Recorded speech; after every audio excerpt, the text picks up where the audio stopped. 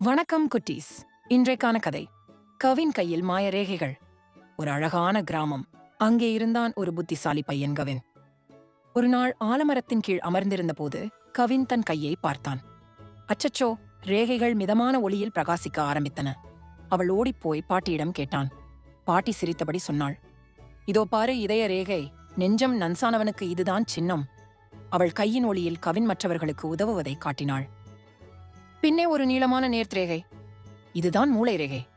நீயோ ஒரு அறிவாளி, யோசித்து பாசுபவன் என்றாள் பாட்டி. பச்சை நிற வளைந்த ஒரு ரேகை ஒளிர்ந்தது. வாழ்க்கை ரேகை. நீ தைரியமானவன், சோதனை வந்தாலும் பயப்பட மாட்டாய். மறுபுறம் மெதுவாக ஒளிரும் விதிரேகை. உன் வாழ்க்கையை நீயே கட்டிக்கொள்வாய், உன்னால் பெரியவராக முடியும்.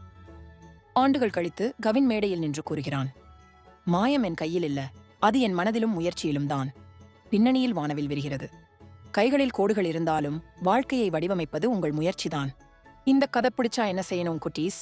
லைக் பண்ணுங்க, சப்ஸ்கிரைப் பண்ணுங்க, ஃப்ரெண்ட்ஸ்க்கு ஷேர் பண்ணுங்க. மறக்காம நாளை இன்னொரு சூப்பர் கதையோட வர்றேன்.